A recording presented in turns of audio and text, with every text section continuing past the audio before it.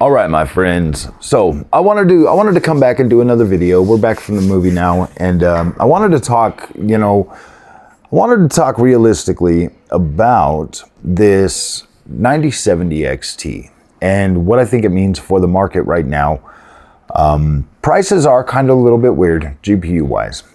We've been seeing that for a while now. All since like the 30 series, ever since the pandemic broke out, stuff like that. But obviously people in the PC space have been seeing it, like the minor craze and everything else. Okay, so obviously GPU prices are getting to a point where like the only thing making sense for the majority of gamers right now are the sub $300 GPUs. You're seeing a massive uptick in GPUs like the 60 series or the like 6600 XTs, 7600 XT, obviously something like a B550. You're seeing a lot of these types of GPUs being what is adopted mass market for the overall gaming community on PC. And I do see that, guys. I do see that.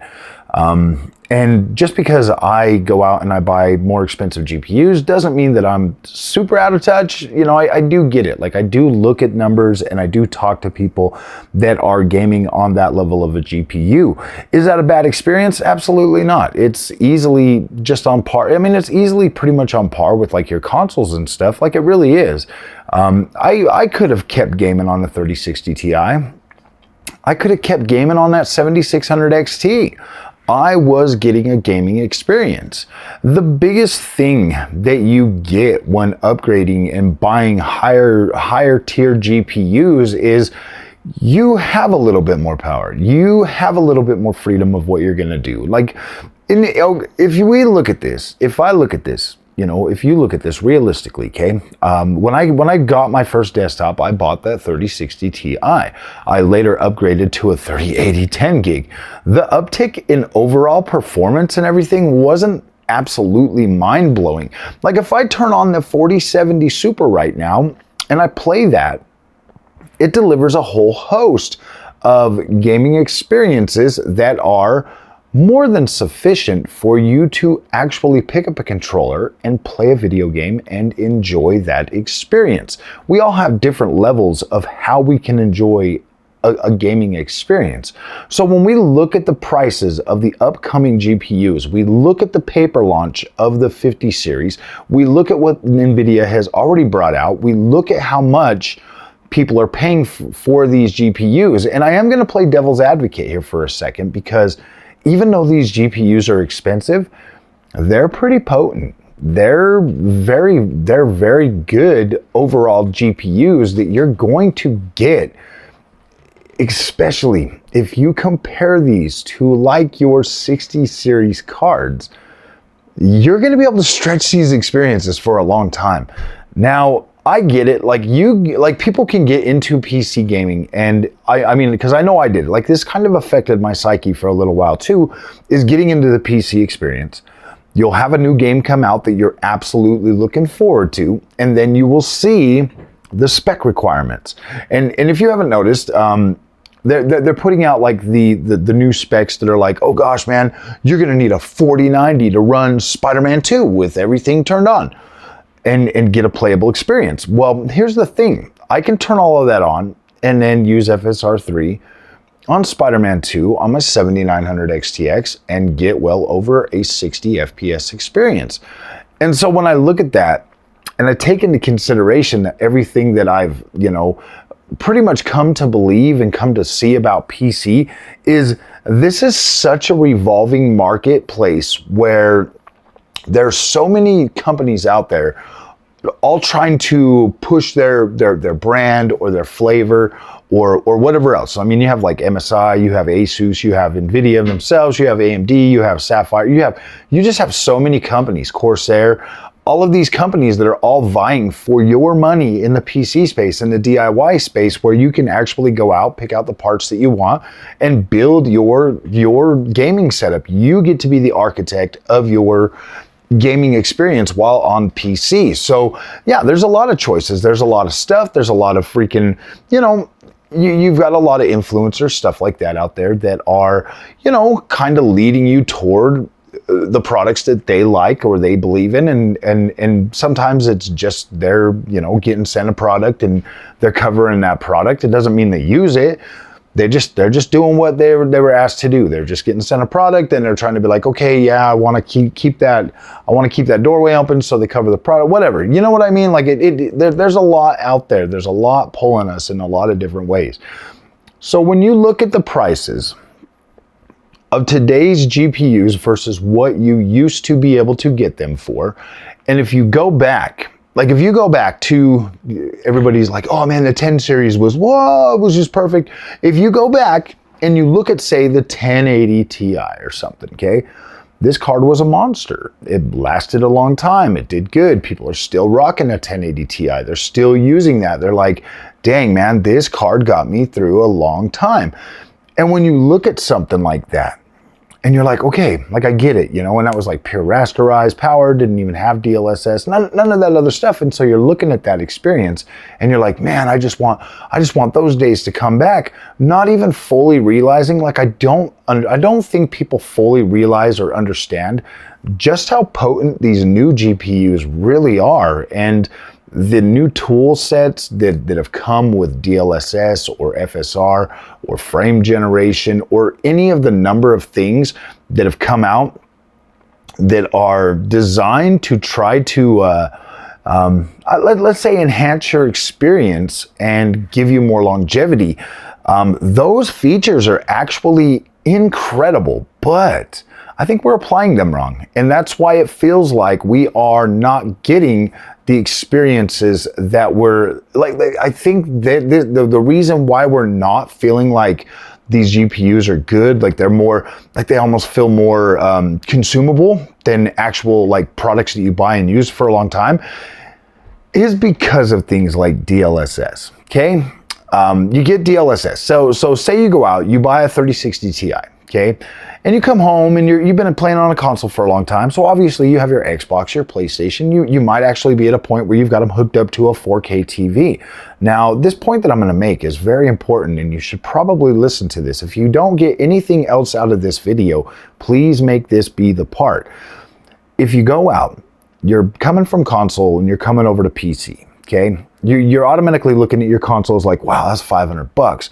And then like the next step up is your 60 series cards. And usually those PCs are going to run you anywhere from about $1,000 to $1,600, $1,700 in some cases. So you're thinking, all right, I'm buying this PC. I'm going to hook it up to my TV. And obviously most people are going to go with NVIDIA first because there are no shortage of 60 series pre-builts already there, already on the shelf. They look cool, they look attractive. Boom. You're like, man, I'm part of the PC race now.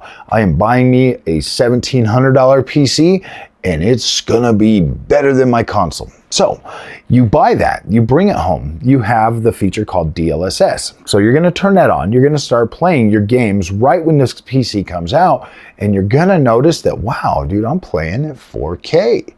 This is cool. And you're experiencing that, and you're getting a good play, you're getting a good experience.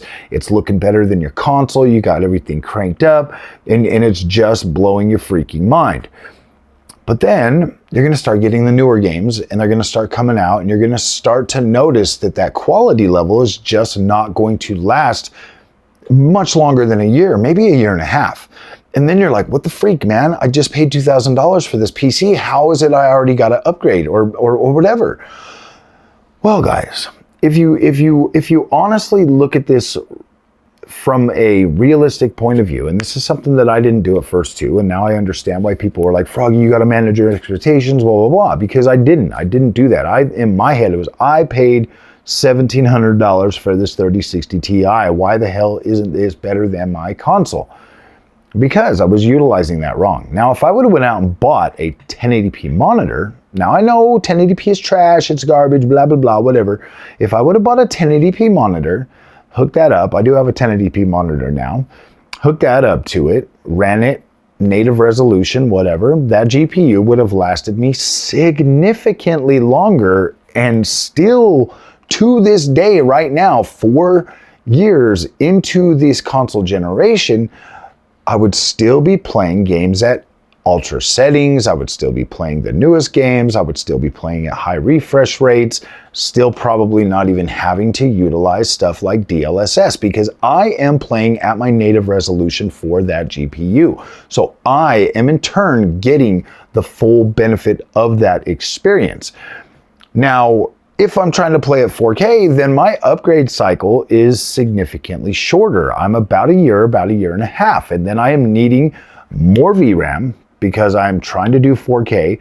So now I'm looking at a 4K experience, I'm looking at a 16 gigabyte GPU in at least the mid-range. I need a minimum of like 7800 XT, 4070 Ti Super, 7900 GRE, 9070 XT, 5070 Ti, 4080, 4080 Super, 4080,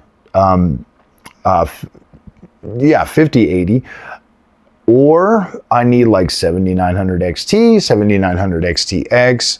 You see where I'm going with this is if I want to continue to push out that 4K experience, I need a card capable of doing that.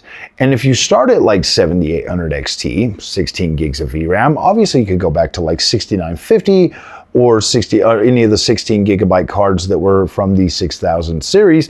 You can still utilize those using the upscaler that came with your GPU.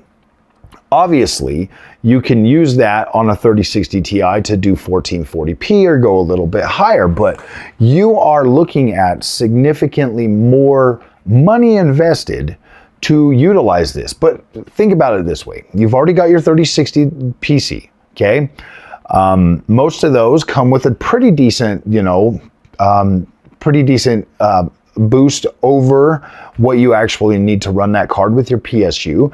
So basically all you really need to do, thankfully, is usually just upgrade your GPU on those because the CPU that you're going to be getting with something from as new as 3060 Ti, your AM4, you're probably pretty decent AMD processor like 5800 or something like that, you're probably in a pretty decent spot that way in terms of like your processor, your CPU. So upgrading just your GPU is actually going to be beneficial for you. So yeah, it is another, $500, $600, $700 investment on top of the $1,700 that you already spend.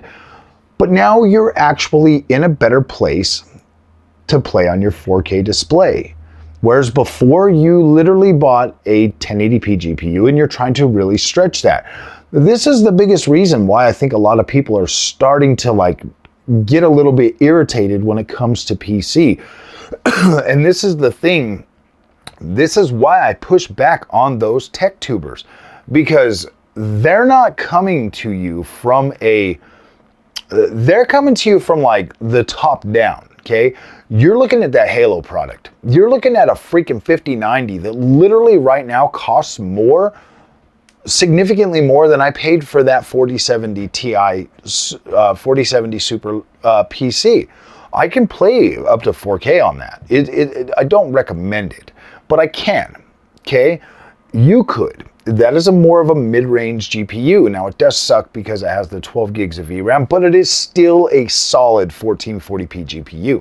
1440p, ultra settings, DLSS, looks good at 1440. You see where I'm going with this. It's like you can utilize this 4070 Super for a good number of years if you're willing to utilize the right, if you're willing to utilize the recommended screen resolution for that, you can get a good long time out of this.